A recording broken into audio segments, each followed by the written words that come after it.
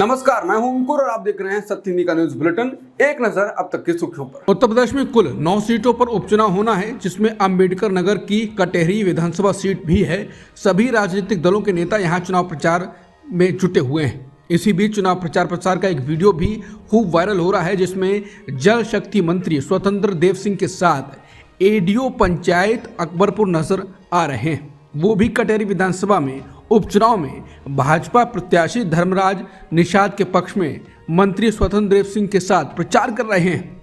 सपा सांसद लालाजी वर्मा ने मंत्री के साथ प्रचार करते एडीओ पंचायत की photo social media site x पर पोस्ट की है। साथ ही लिखा है कि क्या भाजपा अधिकारियों के बल से बूथ पर चुनाव जीतना चाहती है। सांसद ने लिखा कि क्या चुनाव आयोग इसका संज्ञान लेगा। महाराष्ट्र के पूर्व मुख्यमंत्री और शिवसेना यूबीटी प्रमुख उद्धव ठाकरे एक दिन में 2 बार हेलीकॉप्टर चेकिंग से खासे खफा हो गए। मंगलवार को वो चुनावी रैली के लिए सोलापुर में थे, जहां चुनाव आयोग के अधिकारियों ने एक दिन में 2 बार उनके हेलीकॉप्टर की तलाशी ले ली। इस बात से नाराज होकर उद्धव ठाकरे ने कहा कि पीएम मोदी भी तो सोलापुर में थे, उनके हेलीकॉप्टर को तो चेक नहीं किया गया। उन्होंने कहा कि उड़ीसा में जब पीएम के हेलीकॉप्टर की तलाशी ली गई थी तो एक शख्स को सस्पेंड कर दिया गया था। ठाकरे ने कहा कि मुझे चुनाव अधिकारियों से शिकायत नहीं है, बल्कि शिकायत उन लोगों से है जो जानबूझकर ऐसा करवा रहे हैं। बता दें, चुनाव आयोग के अधिकारियों ने ठाकरे के हेलीकॉप्टर की जांच की तो उन्हें गुस्सा आ गया और वो अधिकारियों की वीडियो रिकॉर्ड करते देखे गए। ठाकरे का हेलीपैड पर अधिकारियों के साथ बहस करते हुए एक वीडियो वायरल हुआ है, जिसमें वो अधिकारियों से आई कार्ड दिखाने के लिए कह रहे हैं और नाम पूछ रहे हैं। उद्धव इसी वीडियो में पूछते हैं कि इससे पहले किसका बैग चेक किया, मोदी आए थे, उनका किया क्या। उद्धव ठाकरे इसके बाद अपना बैग चेक करवाते हुए दिखाई दिए।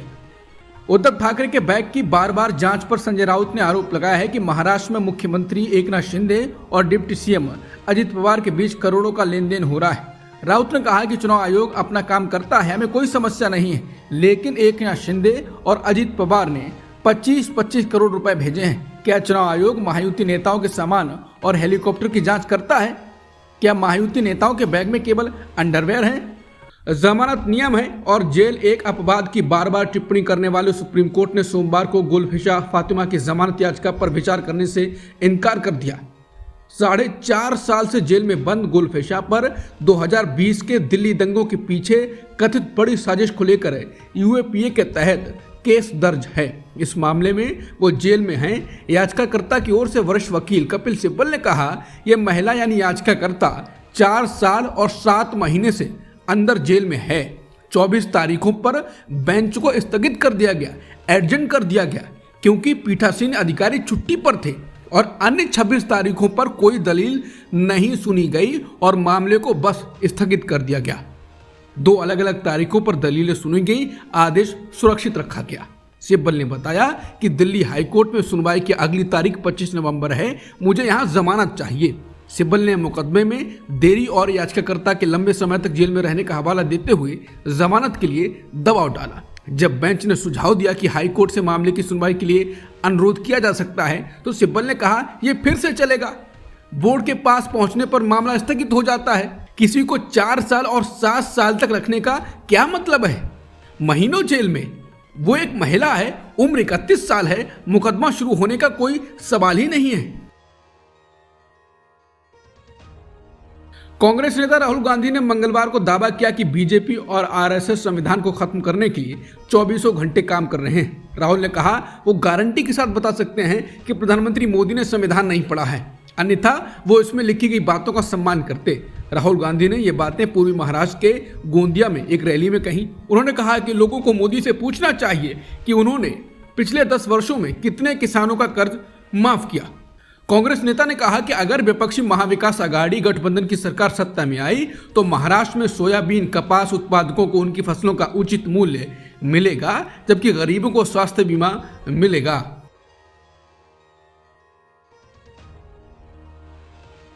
अयोध्या में स्थित राम मंदिर को बम से उड़ाने की धमकी मिली है। इस धमकी के बाद अयोध्या में सुरक्षा को और बढ़ा दिया गया है। खालिस्तानी आतंकी गुरपतवंत सिंह पन्नू ने धमकी देते हुए कहा कि 16 और 17 नवंबर को राम मंदिर में हिंसा होगी। इस धमकी के बाद अयोध्या से लेकर लखनऊ तक हड़कंप मच गया है। अब इस मामले पर डीजीपी प्रशांत कुमार का बयान भी आया है। प्रशांत कुमार ने कहा कि अयोध्या में सुरक्षा की पूरी पुख्ता व्यवस्था है। मणिपुर के जिरीबाम जिले में सोमवार को सुरक्षा बलों के साथ मुठभेड़ में 10 संदिग्ध चरमपंथियों की मौत के बाद इम्फाल वेस्ट जिले में हिंसा की कई घटनाएं सामने आई। इम्फाल वेस्ट के पुलिस अधीक्षक शिवकांता सिंह ने कहा कि सोमवार को हुई मुठभेड़ के बाद पहाड़ की तरफ से कोत्रुक गांव समेत कांगचुप और फेएंग गांव में लगातार फायरिंग की गई। सदर पहाड़ से हथियारबंद उग्रवादियों ने न केवल फायरिंग की बल्कि कांगचुप गांव में खाली पड़े हुए कुछ मैतेई लोगों के मकानों में आग लगा दी। रात के समय कुछ वाहनों को भी जलाया गया। फिलहाल उन जगहों पर सीआरपीएफ, बीएसएफ और मणिपुर पुलिस की टीम को तैनात किया गया है। मणिपुर का कोत्रुक गांव पहली बार कथित तौर पर वहां हुए ड्रोन हमले के बाद सुर्खियों में आया था। इस बीच जिरीबाम पुलिस ने मंगलवार को मुठभेड़ वाली जगह से 2 लोगों के शव बरामद किए हैं। पुलिस ने मृतकों की शिनाख्त 62 साल के लैशराम बरेल और 71 साल के मैबाम केशवो सिंह के रूप में की है। ये दोनों लोग मैती समुदाय के बताए जा रहे हैं जो बोरोबेकरा पुलिस स्टेशन के एक राहत शिविर में रह रहे थे। महाराष्ट्र कांग्रेस के अध्यक्ष नाना पटोले ने बीजेपी पर निशाना साधते हुए आपत्तिजनक शब्दों का इस्तेमाल किया है। उनके बयान के बाद अब बीजेपी नेताओं ने भी कांग्रेस पर पलटवार किया। अकोला में एक जनसभा में उन्होंने कहा कि बीजेपी को कुत्ता बनाने का वक्त आ गया है। झूठ के पुलिंदा लेकर पार्टी को दिखाने का वक्त आ गया है। उन्होंने कहा कि बीजेपी वाले खुद को भगवान समझने लगे हैं, इनकी मस्ती बढ़ गई है। दिल्ली वाले खुद को विश्वगुरु समझते हैं, इसलिए समय आ गया है कि उनकी सत्ता की गर्मी निकाल दी जाए, इनको इनकी जगह दिखाई जाए। नाना पटोले के इस बयान के बाद बीजेपी नेता पलटवार कर रहे हैं। बीजेपी के नेता किरीट सोमैया ने कहा कि नाना पटोले का बयान दिखाता है कि विपक्ष का महाविकास अघाड़ी गठबंधन हताश हो चुका है। उत्तर प्रदेश के मुख्यमंत्री योगी आदित्यनाथ ने कांग्रेस अध्यक्ष मल्लिकार्जुन खड़गे की एक टिप्पणी पर जवाब दिया। दरअसल मल्लिकार्जुन खड़गे ने बिना योगी आदित्यनाथ का नाम लिए उनकी पहनावे और शक्ल सूरत का जिक्र करते हुए उन पर निशाना साधा। योगी आदित्यनाथ ने खड़गे के बयान पर प्रतिक्रिया देते हुए कहा है कि 3 दिन से कांग्रेस के अध्यक्ष मल्लिकार्जुन खड़गे जी मुझ पर बहुत नाराज हो रहे हैं। उन्होंने कहा कि खड़गे जी, मैं एक योगी हूँ और योगी के लिए देश पहले होता है और राजनीतिक स्वार्थवाद में। यही अंतर है एक योगी में और आप में। उत्तर प्रदेश के मुख्यमंत्री ने कहा कि मेरे लिए देश पहले है क्योंकि मेरे नेता मोदी जी ने यह बताया है कि पहले हर काम देश के नाम, लेकिन आपके लिए कांग्रेस की तुष्टीकरण की राजनीति पहले है। उन्होंने कहा यही कारण है कि आप ना सच्चाई बोल पा रहे हैं ना समझ पा रहे हैं। दरअसल मल्लिकार्जुन खड़गे ने कहा था, कौन एक साधु के वेश में रहते ही एक अच्छे राजनेता बन गए हैं, मुख्यमंत्री भी बने हैं, गेरुआ कपड़े पहनते हैं और सर पर बाल भी नहीं रखते हैं। उन्होंने कहा था ऐसे एक नेता हैं बीजेपी ने पैदा किए हैं। मैं बीजेपी को ये कह रहा हूँ, या तो सफेद कपड़े डालो या तो सन्यासी के कपड़े डालते हो, गेरुआ डालते हो तो राजनीति से बाहर हो जाओ। खड़गे ने कहा था उसकी पवित्रता क्या रही। एक तरफ गेरुआ कपड़े डालते हो, दूसरों को उपदेश देते हो, बटेंगे तो कटेंगे बोलते हो। आपका काम तो सबको जोड़ना है, सबसे प्रेम से बात करना है, सबको एक रखना है। उन्होंने कहा था कि ये लोग बड़ी बड़ी गाड़ियां लेकर घूम रहे हैं और गरीबों की बात करते हैं, लोगों में विष भर रहे हैं, लोगों को तोड़ने का काम कर रहे हैं, इसलिए इनसे होशियार रहना जरूरी है। अगर ऐसे लोगों को घर में नहीं बिठाएंगे तो संविधान की जगह मनुस्मृति आ जाएगी।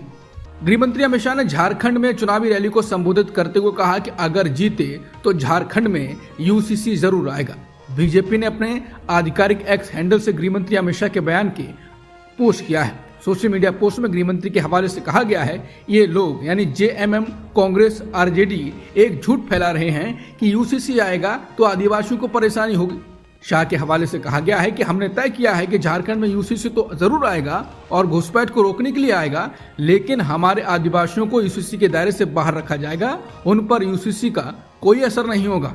ईडी ने अवैध बांग्लादेशी घुसपैठ मामले में झारखंड और पश्चिम बंगाल में छापे मारे हैं। ईडी ने बांग्लादेशी नागरिकों के घुसपैठ से जुड़ी मनी लॉन्ड्रिंग की जांच के सिलसिले में पश्चिम बंगाल और झारखंड में मंगलवार को कई स्थानों पर छापे मारे।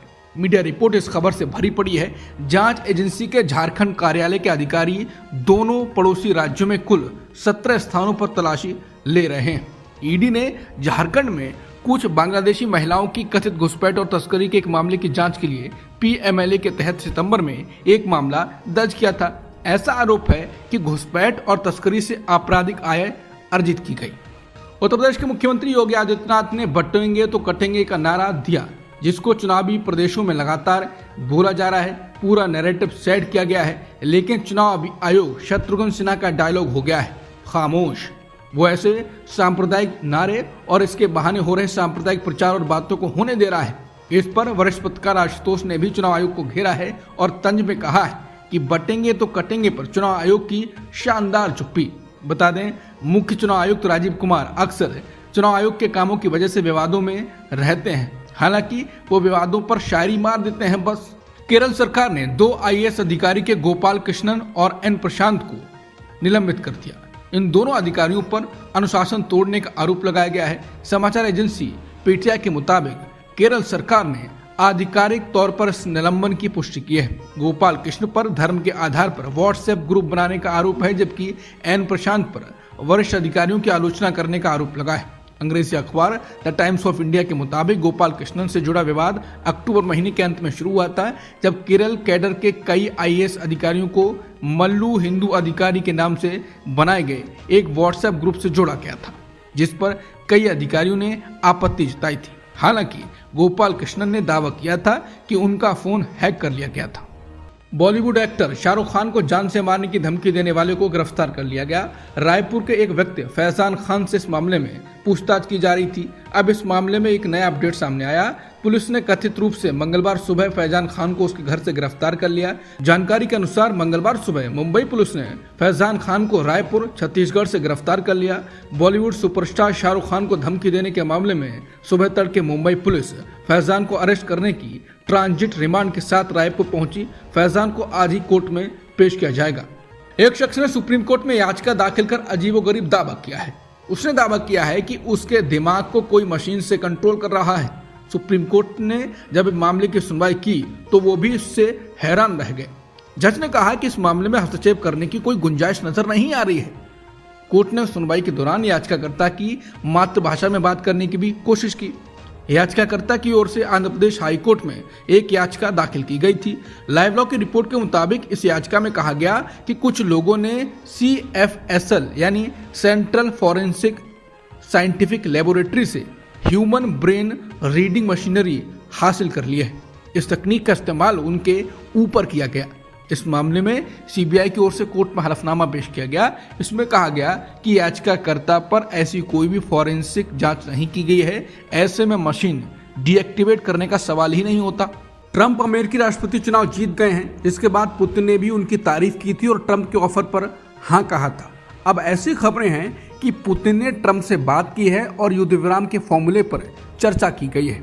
हालांकि क्रेमलिन ने खबर का खंडन किया है, लेकिन खबर के सुर्खियों में आने के साथ ही राष्ट्रपति पुतिन ने बैटल ऑफ डोनेस्क को तेज कर दिया है। पूर्वी यूक्रेन के कई शहरों में हमले तेज कर दिए गए हैं। पुतिन ने समझौते से पहले यूक्रेन के खिलाफ एक रणनीति बनाई है। ट्रंप की जीत के साथ जैसी आशंका यूरोप के देशों और अमेरिका के डेमोक्रेट्स ने जताई थी, वो अब सच होने की तरफ बढ़ती दिखाई दे रही है।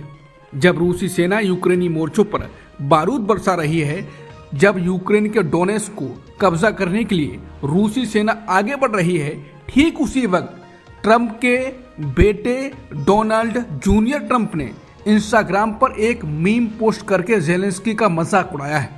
मीम में ट्रंप के साथ जेलेंस्की नजर आ रहे हैं और चेहरे पर चिंता के भाव हैं। उसके बाद जेलेंस्की के सिर पर डॉलर बरसने लगते हैं। जूनियर ट्रंप ने मीम के कैप्शन में लिखा है POV यानी पॉइंट ऑफ व्यू, जब आप डॉलर भत्ता बंद होने से 38 दिन दूर हों। बता दें 20 जनवरी को ट्रंप ओवल ऑफिस की जिम्मेदारी संभाल लेंगे और आशंका है कि इसके बाद यूक्रेन को मिलने वाली लाखों करोड़ रुपए की मदद बंद हो सकती है, यानी जंग में यूक्रेन अकेला रह जाएगा। घटनाक्रम सिर्फ यही नहीं है, बल्कि इस बीच रिपोर्ट ये भी है कि ट्रंप और पुतिन की फोन पर बातचीत भी हुई। 10 नवंबर को ट्रंप और पुतिन की फोन पर बातचीत हुई। इस बातचीत में रूस यूक्रेन युद्ध पर चर्चा हुई। माना जा रहा है कि ट्रंप और पुतिन के बीच समाधान पर भी बातचीत हुई। तो क्या यूक्रेन युद्ध विराम का ब्लूप्रिंट पुतिन और ट्रंप के बीच तय हो चुका है? इस बातचीत के बाद ही यूक्रेन ने रूस पर हमले तेज कर दिए। दरअसल माना यह जा रहा है कि बहुत जल्द ट्रंप युद्ध विराम का मसौदा सार्वजनिक कर सकते हैं।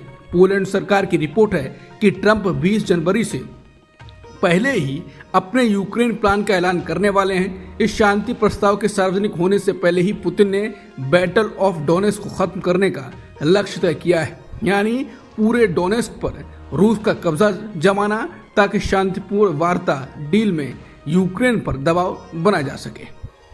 अमेरिकी राष्ट्रपति चुनाव में जीत दर्ज कर चुके ट्रंप धीरे धीरे अपनी टीम का गठन करने में जुटे हुए हैं। इसी कड़ी में उन्होंने माइक वॉल्ट्ज को अपना राष्ट्रीय सुरक्षा सलाहकार यानी NSA बनाया है। अमेरिकी सीनेट में इंडिया कॉकस के प्रमुख वॉल्ट्ज अमेरिका की मजबूत डिफेंस स्ट्रेटजी की वकालत करते हैं। वो देश की सुरक्षा को और मजबूत करने के ट्रंप के वादों के पुरजोर हिमायती हैं। माइक वॉल्ट्ज रूस यूक्रेन युद्ध और मिडिल ईस्ट में लंबे समय से चल रहे युद्ध के बीच अपनी अहम भूमिका निभा सकते हैं। माइक को चीन ईरान के लिए सख्त और भारत के प्रति नरम रुख रखने वाला माना जाता है। उनकी नियुक्ति से ट्रंप ने अपनी विदेश नीति पर एक संकेत भी देने की कोशिश की है। ट्रंप के नए NSA माइक वॉल्ट्ज के सामने अमेरिकी विदेश नीति से संबंधित राष्ट्रीय सुरक्षा चिंताएं हैं। अमेरिकी में NSA का पद काफी अहम है, जिसकी नियुक्ति राष्ट्रपति करता है। NSA का काम टॉप राष्ट्रीय सुरक्षा एजेंसियों के बीच समन्वय बनाते हुए राष्ट्रपति की नीतियों को लागू करना होता है। अमेरिका के नवनिर्वाचित राष्ट्रपति ट्रंप के प्रशासन में मार्को रूबियो को अहम पद मिल सकता है। यह ऐसा फैसला होगा जिसके बारे में किसी वक्त सोचा भी नहीं जा सकता था। मार्को रूबियो अपने राजनीतिक करियर में साल 2016 से लगातार आगे बढ़ रहे हैं। वो साल 2010 से अमेरिकी सीनेट के सदस्य हैं। वो साल 2016 में रिपब्लिकन पार्टी के राष्ट्रपति पद के उम्मीदवार के रेस के दौरान से ही ट्रंप के बड़े आलोचक रहे हैं। ट्रंप सार्वजनिक तौर पर उन्हें लिटिल मार्को कहा करते हैं, जबकि मार्को ट्रंप को स्मॉल हैंड्स कहते थे। बाद में मार्को और ट्रंप के रिश्ते बेहतर हो गए और मार्को ने ट्रंप के साथ उनका चुनाव प्रचार भी किया। इंडोनेशिया के राष्ट्रपति प्राबोवो सुबियांतो ने सोमवार को अमेरिका के नवनिर्वाचित राष्ट्रपति ट्रंप को फोन कर बधाई दी। इंडोनेशिया राष्ट्रपति ने ट्रंप से बातचीत का पूरा वीडियो अपने सोशल मीडिया अकाउंट पर शेयर किया है। ट्रंप को बधाई देते हुए प्राबोवो सुबियांतो ने इंडोनेशिया और अमेरिका के संबंध के भविष्य पर बात की। बातचीत के वीडियो को शेयर करते हुए इंडोनेशिया के राष्ट्रपति ने लिखा, मुझे खुशी है कि अमेरिका के नवनिर्वाचित राष्ट्रपति ट्रंप को सीधे फोन पर बधाई दी। ट्रंप से प्राबोवो कह रहे हैं, मैं आपको बधाई देता हूं, अगर संभव है तो मैं आपसे मिलकर बधाई देना चाहता हूं। ट्रंप जवाब में कह रहे हैं, बहुत धन्यवाद, आप इंडोनेशिया में शानदार काम कर रहे हैं, आपकी अंग्रेजी बहुत अच्छी है। ट्रंप के मुंह से अपनी अंग्रेजी की तारीफ सुनने के बाद प्राबोवो ने कहा, सर मेरी पूरी ट्रेनिंग अमेरिकन है। इस पर ट्रंप कहते हैं, ग्रेट। पूरी बातचीत में ट्रंप को प्रावो सर कहकर संबोधित करते नजर आए। ट्रंप बातचीत को आगे बढ़ाते हुए कहते हैं, अमेरिका में शानदार चुनाव हुआ है। संयुक्त राष्ट्र में अमेरिकी पर्यावरण दूत जॉन पोडेस्टा ने कहा है कि जलवायु परिवर्तन पर कार्रवाई चाहने वालों के लिए ट्रंप का फिर से राष्ट्रपति चुना जाना बहुत निराशाजनक है। उन्होंने जलवायु परिवर्तन के मुद्दे पर अजरबैजान की राजधानी बाकू में चल रही COP29 की बैठक के पहले दिन एक प्रेस कॉन्फ्रेंस में यह बयान दिया।